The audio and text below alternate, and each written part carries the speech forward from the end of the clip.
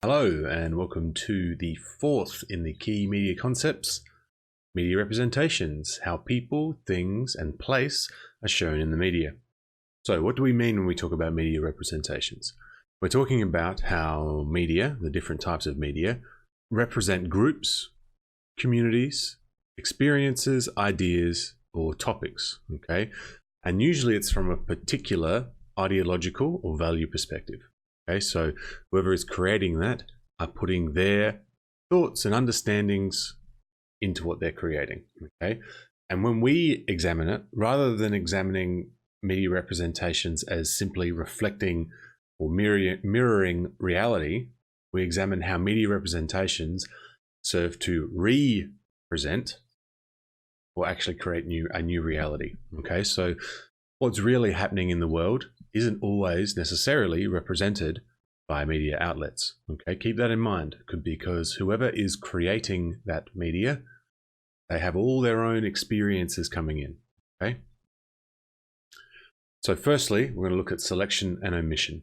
Okay, when a media creator makes a new product, they decide what to include and what not to include, and most of the time this is by choice. Okay, they select what they want to use and what they want to omit.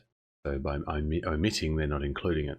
The little meme there, if we look at the first image, we see a soldier and what looks like a scared child. Okay, however, that image has been cropped. When we look out, we can see that the other kids are actually playing, and it's just coincidence that that child has that scared look. Okay, selection and omission is often done purposefully. Okay, so the creator has decided to do what they've decided to do. However, sometimes that process is through thoughtlessness or just by their inherent bias. So it's not always a case of deciding to do something. Sometimes the way that our brains think and the experience we've had, we select and omit based on that as well. But that's a very important thing to understand, that whilst we do make that decision, sometimes it is that we don't have that choice, or it's so ingrained in us that the creator doesn't know that they are doing it. Representations help to tell a story. Okay, so we'll have a look at a couple of images. These are stills from films. Okay, first one, we have a famous still from a film called Star Wars: A New Hope, and in this we have, just by looking at this, we can see that it's a little bit strange. If you don't know anything about Star Wars and you don't know who these characters are, the first thing you might notice is that one of them's covered in hair, okay, instantly representing something strange and different. And then if we look in the background, we can see that there are a number of strange switches and lights and bits and bobs that describe or show us that this is possibly a science fiction genre. Okay, all that stuff is put in there on purpose to give a certain feel and a certain aesthetic, okay, representing this science fiction theme. Next we have Captain America. Have a look at Captain America. Have a look at that jawline. Have a look at those shoulders, the big star on his chest, okay? He's a hero, and we can tell that just by looking at them. He is represented that way on purpose to be a hero. This next one, however, is slightly different. Take in all those things around them. Have a look at the look on his face, clothes that he's wearing. What does this represent to you? Who is this person? What is their life like? I'll leave that one for you to have a think about. Just have a look at that guy. Have a look at his surroundings in his room.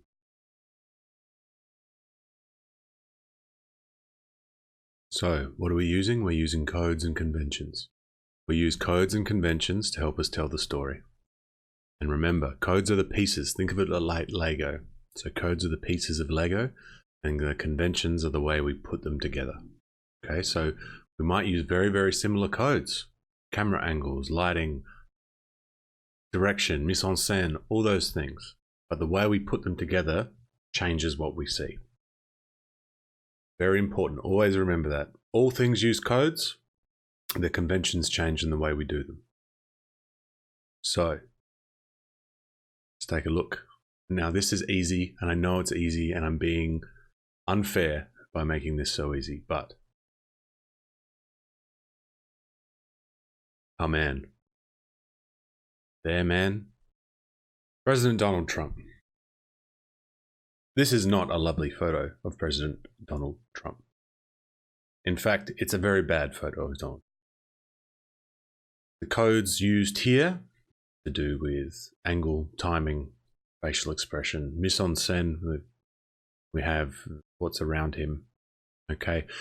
The creator of this photo, the photographer, has chosen to pick probably the worst time possible to take this photo of the president, to show him in his worst light. Okay. That does not mean that everything that he does is awful and looks like that. In fact, here's another photo. Same man. Very different. Do you think that they're representing a person in the same light, or it's even the same person when you look at these two photos? Okay. Same person. But if you did not know who they were and you saw this photo first, your understanding of who they are would be very, very different. Okay.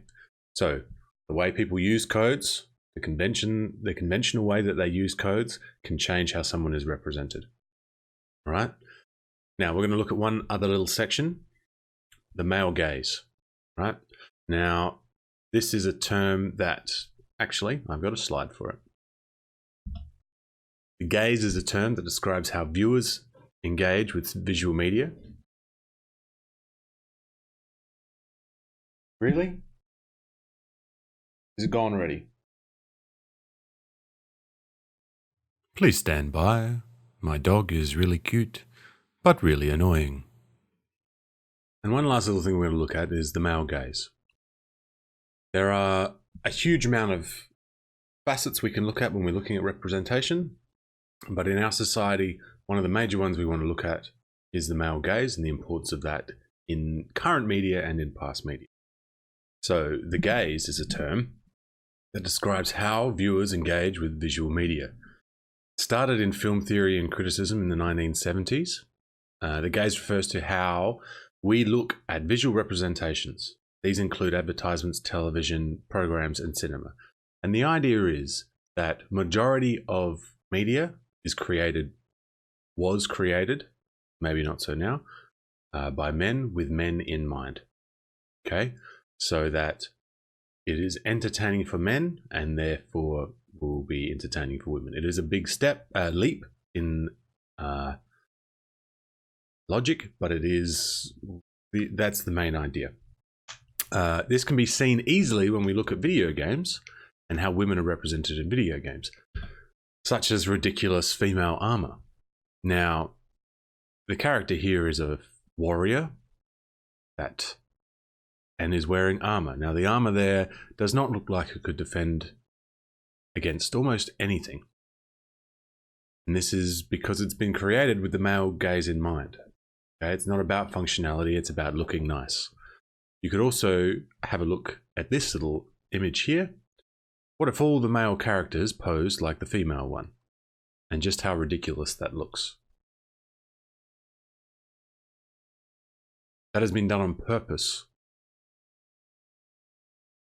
so that the woman is sexualized, so that she is seen as a sexual object, as opposed to another one of the heroes. Keep that in mind as you are exploring representations. Now, a little task for you. A current affair often represents stories in a very simplistic manner, okay? There's always a bad guy. There's always someone at fault. There's always someone to blame. Whether it's noisy neighbors, bad tenants, or a shonky salesperson. What your task is to find a segment that features such a representation, okay? And I want you to use your understanding of codes and conventions to describe how those people are represented, okay? So you're going to be looking at how the camera is used. What techniques are they using there? What acting is going on, if there is acting, or how the presenter is talking. Mise en scène. What things are in the shot? What are they showing you about this person and where they live or what they do? Editing, how's it cut? Are they saying something and cutting to a certain image? Take good notice of that. Good notice. That's not a good way to speak. Take particular notice of what people are saying and what they're showing on the footage as well. And then also lighting and sound. What music are they using? Are they using sound effects? How have they lit the scene? Okay. There's a link below to the Current Affair YouTube channel. Okay. There are so many videos you can pick from. Okay. Scroll through, have a watch of some of them. Some of them are pretty serious. Some of them are not. All of them use codes and conventions in a way that elicits emotion. Okay. So that's your task today. I hope you've enjoyed. Take care.